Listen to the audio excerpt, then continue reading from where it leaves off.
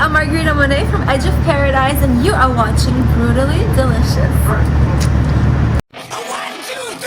The Brutally Delicious Podcast. The Brutally Delicious Podcast. The Brutally Delicious Podcast. The Brutally Delicious Podcast.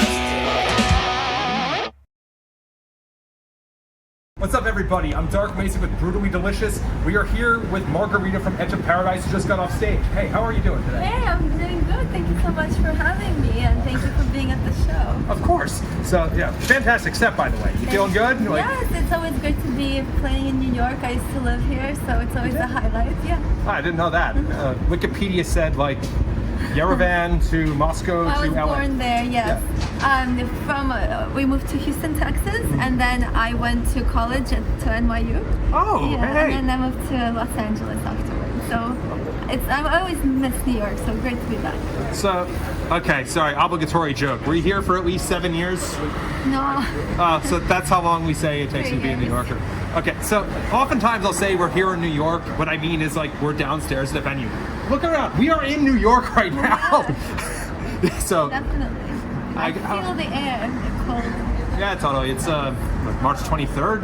Is it? Yeah. So it's still a little. It's spring now. A little bit nippy. So, all right. You've got a new album out, Prophecy. Dropped 2 weeks ago, right? Yeah. How's that going? Reception been good? Yes, it's been probably our most well-received album to date. Also, we're super excited. We're partnered with Napalm on this one. So yes, we are very excited. It's out there in the world. We're super proud of it. It's kind of like the ultimate collection of Edge of Paradise in the album. Like all the albums prior have been leading up to this in a lot of different ways. So we're just very excited about it. Sure. Yeah, I got to listen, and I definitely loved it, and agree with that, of course. Something I was like noticing is, most of the time when I talk to people, there's a lot of doom and gloom about making albums in the record industry. You have released an album every other year for since 2019? Or was it 2021? I'm sorry. So we released the album. I would say 2017 Universe is when the band really got on the path to where we are right now, sonically. So that was 2019, and 2021 was Unknown, then Hologram, and then now Prophecy. We are definitely New York. It's very lively here. A lively New York That's street. awesome. New York. Wait, you gotta say that as soon as we start rolling again. Oh, I caught it. Oh, you got New York? All right, nice blooper. Sorry, I had to pause for people on the street here. So yeah, every other year. Yeah. I know back in the 70s, like Kiss used to release albums every 6 months or something. But nowadays, like, most bands are 3-4 between albums. Like, where's the creativity coming from? How are you not dry out of ideas? Like, 5 albums in 4 years? I don't know. Well, you know what? I gotta say, I'm addicted to the feeling of creating a song and then listening to it once it's finished. And we've always been the kind of band where we always want to create, whether it's songs or music videos.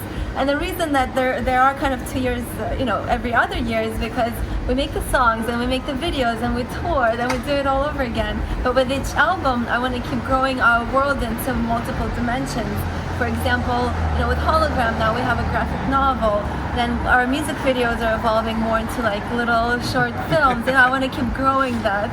It's like building a world, and I really feed off of that. And our fans really inspire us because we're the kind of band that started with absolutely nothing, and the only reason we're here is because of our fans and that they support us. And eventually we are able to grow our team, like with Napalm and FM management. Yes, and it's been a long journey, but we are here because of the support of the fans, and we are very grateful that our music resonates. And it just means the world to me when people come for multiple times to come to see us, and they say that the music has meaning to them. So it's really inspiring and makes me want to keep making more. Wow, that's such a great answer. I felt like I had a follow-up and now I forgot. But on that note, so like, okay, you say you have a graphic novel for one of them, and now you're having like mini short films, whatever, as your music videos.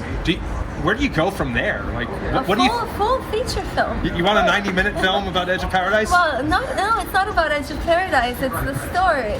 Because better. it's like I started the concept with Universe, the whole idea of how, the merger of technology and human consciousness. My dad is a scientist, so I've always been into science and how technology is really integrating into our daily life. And I was talking about AI since Universe, and now it's so in our everyday life, everyone's talking about it.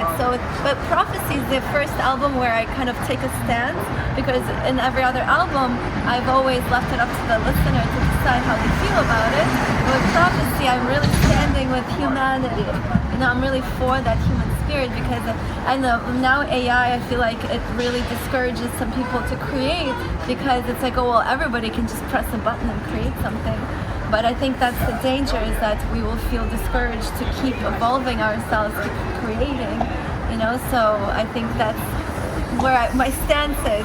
Humans can create something out of nothing, and AI creates something out of what's there for now until it evolves. I've always said, I say always, I mean, for the last year, at some point AI kind of becomes like the Ouroboros, like the snake eating its own tail, because it's going to be trained on AI generated stuff, which was, at some point you get back to humanity.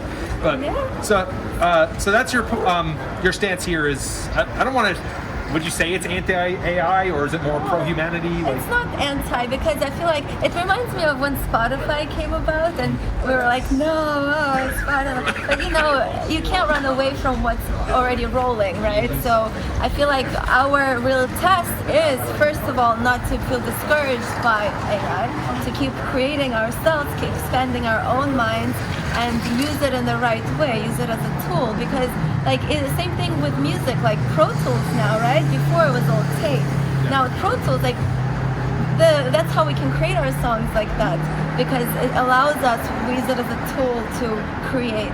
So I feel like we can use AI as a tool, but it's really up to us how we use it. Oh, sure. I mean, there have been a couple of cases, mostly I think with album art, more so than with the actual music.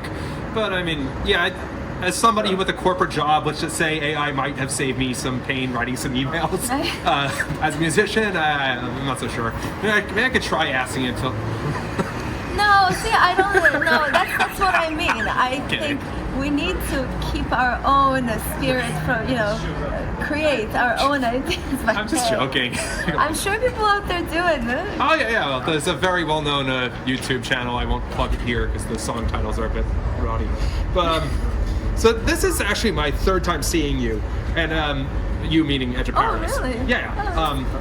70,000 Tons of Metal 2023, I think, 2 years ago. And then about a year and a half ago with Dragon Force. Nice. So on all of these, I mean this in not a bad way. You don't sound like Dragon Force per se. And I think you guys have a lot more. I love Dragon Force. I'm trying to think of a joke, but I don't know. Something about the New York air is preventing it. You sound a lot more you got more of a groove. I think yours is probably more danceable. 70,000 Tons of Metal is a lot of death metal and stuff. So, did you ever feel like you were, I don't know, different, out of place maybe? Now that song is stuck in my head. Dun, dun, party, that disco ball. Okay, that one is danceable, to be fair. Yeah. Well, I always like grooves. That for me, melody is very important. For me, it's substance. I have every song. It's like my soul in every song, So that's very important to me. But I think good thing about us is we can fit with a lot of different bands, and I think it's cool when people go to a show to see a variety of bands. So it's not all the same thing. So I think it's fun, and we always get that feedback. Educated is this, and this is this, and Dragon Force is that, and people they kind of go through a journey at the show. So I think that's a cool thing. As a fan, I did too. I gotta say, I've had it where there were 5 death metal bands in a row, and you're kind of at some point it all kind of sounds the same. Yeah. Sorry, that's but yeah, awesome. So, do you in all those cases you were sort of in a support slot? When are we gonna see Edge of Paradise headline? Well, hopefully next year or very soon. Well, actually, we're going to headline in Mexico in July. Okay. Yes. Okay. So I think we're on the journey to that. But it's very cool to see people coming back for us, at the shows. Oh, I came back for you guys, since that, it means the world to us. It's very cool to hear that, and it just inspires us to keep building. And so because I really have in my mind the show that I want to put on, and it's gonna be like a journey, like an experience. So it's gonna be lots of heavy songs, but we also have songs with just me and the piano. So it's gonna be like very dynamic. Lots of visuals, lots of lights, of course. But yeah, I really can't wait till we can have a headlining show. Well, I hope it's sooner rather than later. I'll be looking forward to it if it's next year. Headlining in New York is, a big deal, as you would say. Yeah. So definitely looking for that. Do we get to see the short films in your headlining set? Maybe, yeah. How do you tell this story? We just talked to Brutally Delicious, Elvin King, and they were talking about like how they want to do this elaborate stage setup, like King Diamond with the stairs. Do you see yourself having the theatrical element when that comes? Yeah, definitely. I mean, especially when you're a headliner, you have more room on stage. Right now, we don't have much room, so we bring our screens and have some visuals to go with the show. But yeah, I mean, I already talking to some companies to build sets, some of the music video sets with their our sets, so we can build out the show. So I'm waiting for that. Awesome. So it's getting a bit cold. Maybe we should head back in a second. Given that this is the Brutally Delicious podcast and that your name is Margarita, I got to end with this one. What is your favorite cocktail? I thought you were gonna say pizza. Well, I thought about that, but the moment kind of missed. Okay, go ahead. Honestly, I'm kind of boring. My favorite cocktail is latte. Coffee. That's my addiction. I don't drink actually. Okay. Yeah. But I mean, like that.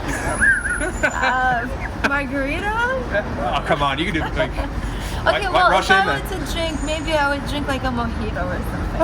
Okay, well, let's be an old-fashioned. Okay. You just had to skirt the Manhattan just a little Manhattan. bit. No, it's old-fashioned Manhattan. Those two are pretty similar, right? Very similar. Yeah. I think they are. Awesome. Anyway, thank you so much, Margarita. Thank you It was so great much. talking to you. Thank you so much.